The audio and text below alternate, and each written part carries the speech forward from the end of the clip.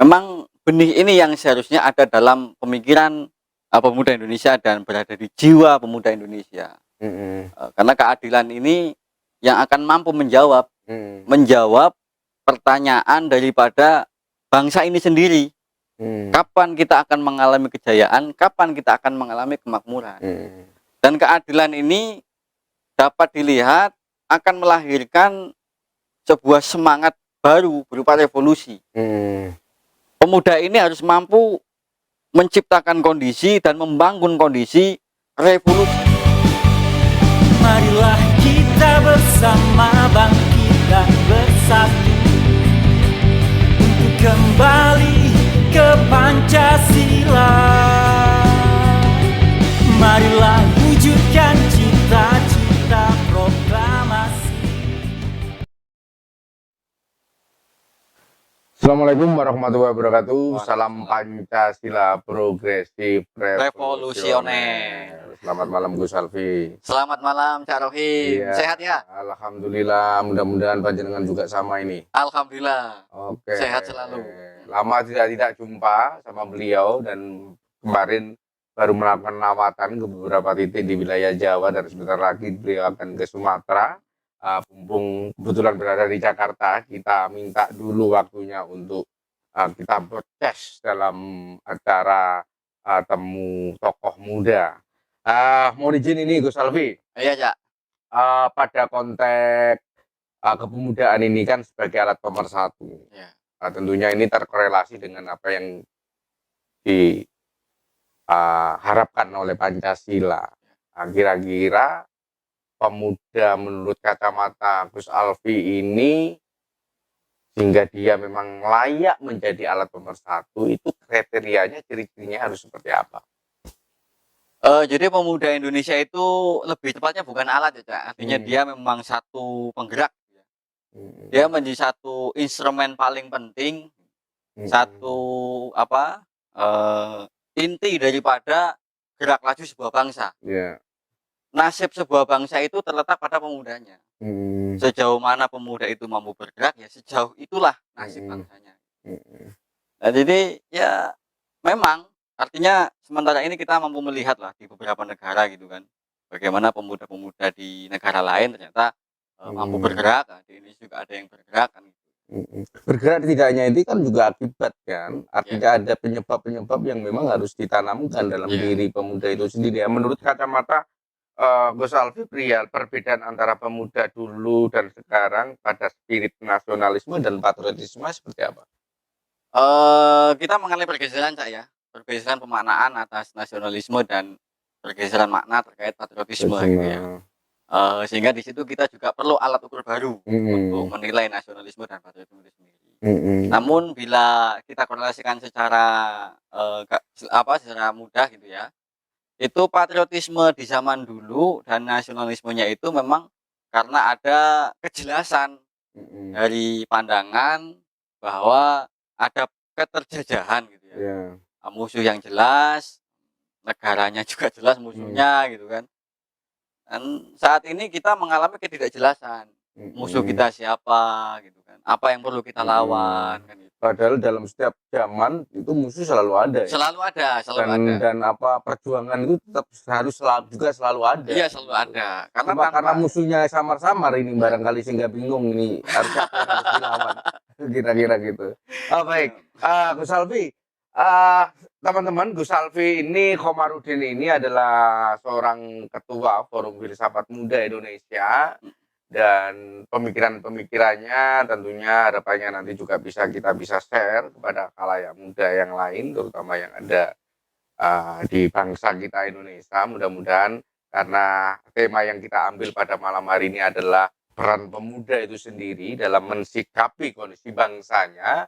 Mudah-mudahan dari pemikiran beliau ini nanti kita bisa saling belajar mengambil nilai-nilai luhurnya untuk menjadi bagian dari yang disinggung tadi, nasionalisme, patriotisme di dalam menjaga bangsanya, menjaga tanah airnya juga akan tumbuh tidak jauh kalah dengan masa lalunya. Gus Alfi, ya, tadi disinggung bahwasanya semuanya itu kan tidak terjadi secara tiba-tiba, tapi ada proses. ada ibarat petani itu kalau mau memetik hasil itu ya ada harus menanam. Kira-kira menurut saran pandangnya Gus Alfi, benih pengetahuan yang seperti apa yang harus ditanam di dalam benak-benak pemuda itu sehingga dia akan tumbuh kesadarannya, kepeduliannya, termasuk patriotisme dan nasionalisme. Untuk zaman sekarang ini benih keadilan.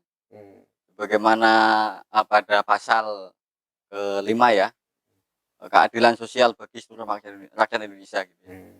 Memang benih ini yang seharusnya ada dalam pemikiran pemuda Indonesia dan berada di jiwa pemuda Indonesia. Karena keadilan ini yang akan mampu menjawab pertanyaan daripada bangsa ini sendiri. Kapan kita akan mengalami kejayaan, kapan kita akan mengalami kemakmuran. Dan keadilan ini dapat dilihat akan melahirkan sebuah semangat baru berupa revolusi. Pemuda ini harus mampu menciptakan kondisi dan membangun kondisi revolusi. Sehingga dia akan terbit satu pemahaman yaitu progresif. Sehingga semangat-semangat revolusi inilah yang seharusnya hadir di dalam diri pemuda Indonesia. Karena semangatnya, karena gairahnya pemuda itu kan orang yang selalu energik, ya. Ibaratnya api gitu baranya lebih bisa menyala-nyala gitu. Tapi kok kayaknya redup melulu ini. Ya memang kan pemuda harus merevolusi dirinya sendiri dulu. Dia harus merevolusi dirinya sendiri dulu gitu kan. Lalu transformasi revolusi itu tadi akan keluar. Dia melahirkan sebuah tindakan-tindakan yang mungkin bagi hari ini kok nggak sesuai ini aturan yang ada. Lawang aturan yang sekarang yang ada itu tidak mencerminkan keadilan kan begitu. Maka perlu tindakan yang benar-benar mencerminkan keadilan yang sekarang ini tersembunyi di dalam jiwa-jiwa pemuda Indonesia.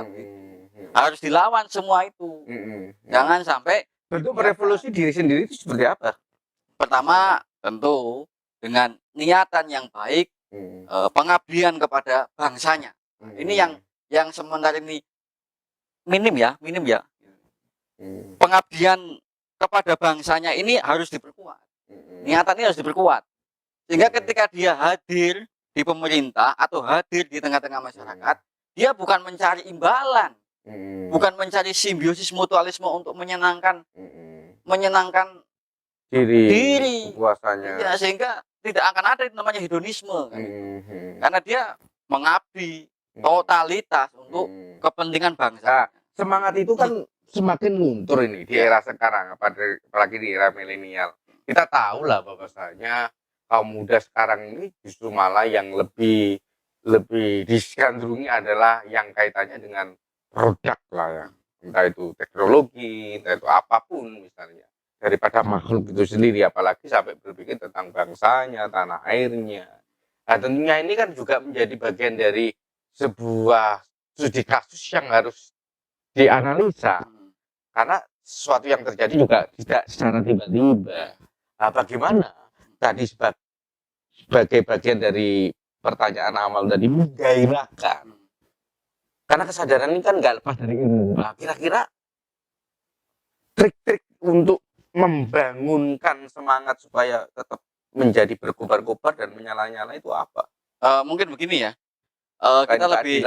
kita lebih cenderung pada bagaimana kita tidak perlu berharap pada pemerintah.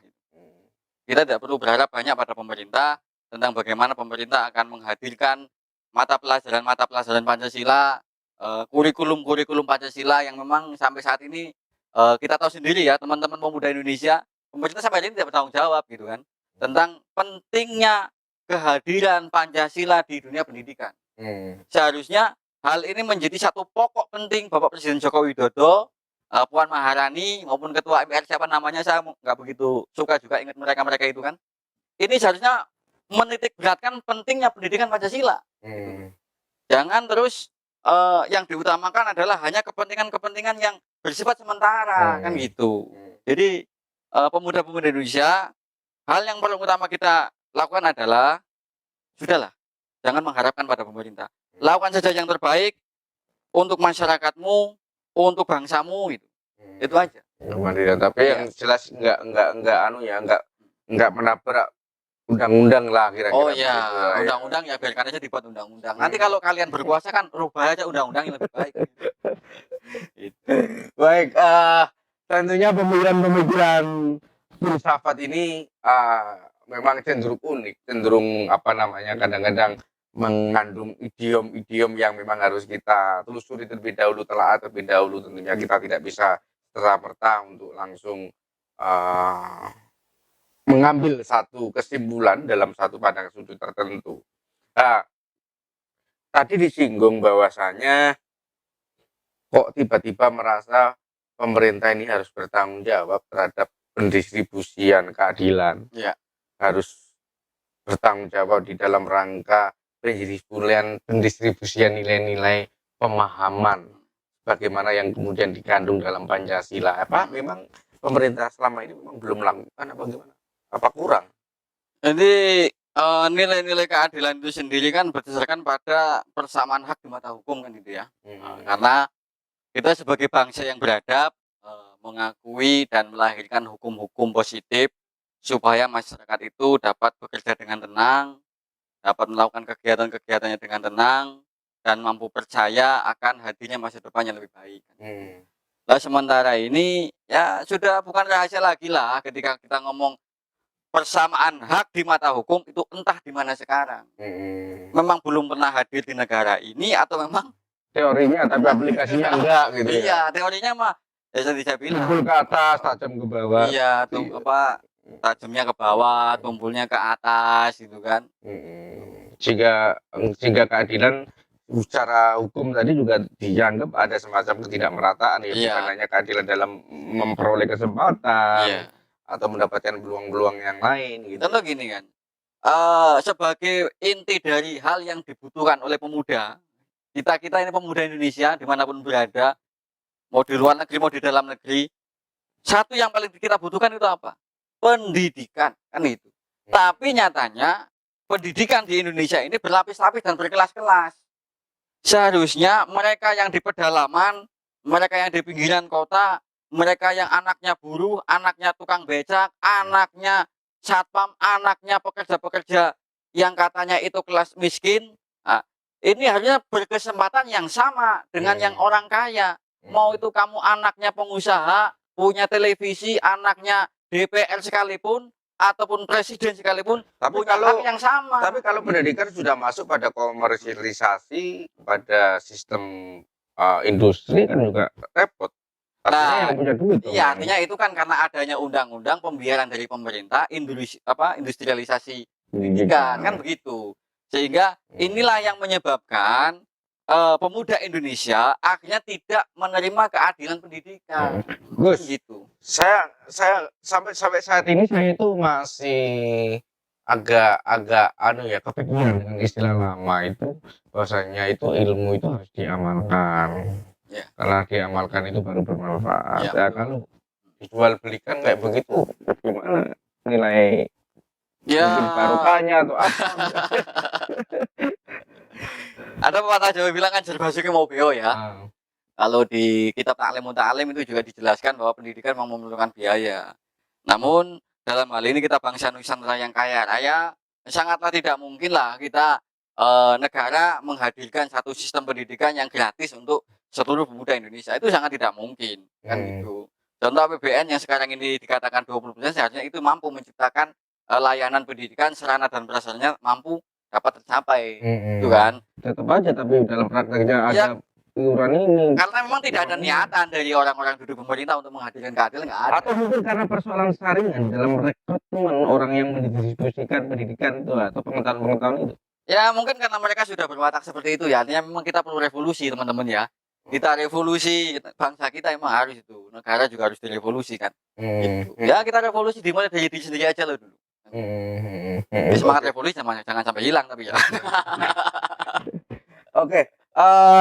Karena kita tahu lah bahwasanya pendidikan itu kan juga harus dikomparasi dengan berbagai macam sektoral ya. Kalau hanya bergantung pada formal dan keluarga, saya kira juga kurang kuat. Ya. Ketika juga tidak diimbangi dengan pendidikan non formal atau lingkungan masyarakat. Nah, bagaimana melahirkan kesadaran bahwasanya pentingnya pendidikan itu tidak hanya dimaksudkan hanya di pendidikan formal. Ya, memang ada beberapa sistem pendidikan yang berdasarkan budaya Cak ya, budaya, norma dan sebagainya. Tapi karena dalam satu sistem yang kita anut juga beberapa hal yang memang tidak bisa dipahami oleh kalangan pemerintah sekarang, sebagaimana fungsi daripada suku, fungsi dan nilai daripada suku itu sendiri, fungsi dan nilai daripada budaya yang ada, kearifan lokal gitu kan. Mungkin seperti halnya misalnya orang-orang Banten, orang-orang orang Kubu punya satu jenis pelatihan bagaimana survive di dalam hutan kan gitu. Bagaimana mereka mampu mengobati penyakit hanya ada yang di dalam hutan tanpa perlu beli ke toko obat kan gitu ya. Nah, sistem pendidikan yang bersifat lokal ini memang ya boro-boro mau diangkat gitu ya. Boro-boro mau diangkat pendidikan-pendidikan seperti itu oleh pemerintah kan gitu. Iya. Ya karena kecenderungan sistematis yang dibangun adalah berkiblat selalu kepada yang bukan dari Indonesia. Iya. Dan yang di lokal sendiri malah menjadi tambahan, Iya. bukan menjadi pokok sebagaimana nasib Pancasila. Pancasila itu seharusnya berada pada sumber utama ya. Itu menjadi pokok gitu loh. Pokok sumber daripada segala urusan yang ada di Indonesia. Kan begitu. Baik. Hal yang menarik tadi untuk memberikan satu porsi yang lebih lah pada nilai kearifan lokal tadi yang berdasarkan bahwasanya membangun dari potensi yang ada sebagai wujud termasyukuri, bukan kemudian selalu mengadopsi hingga kemudian terlepas dalam konsep pendidikan yang tidak berbasis kepada kemanusiaan, tidak berbasis kepada ramah lingkungan, justru malah mengekor untuk melahirkan banyak-banyak pekerja kira-kira begitu menurut kacamata ya kan. Oke, banyak robot.